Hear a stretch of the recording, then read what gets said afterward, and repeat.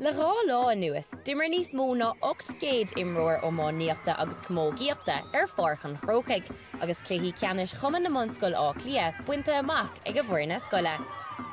Bhí sé go hionach tugadh na cósáiste, just bhuaim mar an cluiche, níor creid méid go hála sé.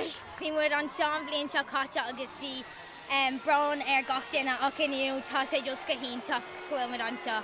Bhí féile chuna a bhula agus bhíh an cluiche bhí bís chun imachta póg an fócaig.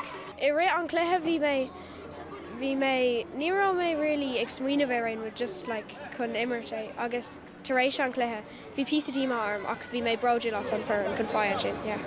Bhí glór takeíochta chuniu bhí an leat an scoileann bhí siad aus scraid sí gacóir an cúlagan. Bhí sé anna Jackar dimmer goil go chun dul an cóma agus tá siad for an ionach ach níor stup muidna ag tríd ach tá sé sport so bhí duine an caiiliúnt agus duine an bucint. Ceapam go dimmer muid as ar stuci, bhí muid tá muid anna bhródíil as sa céile.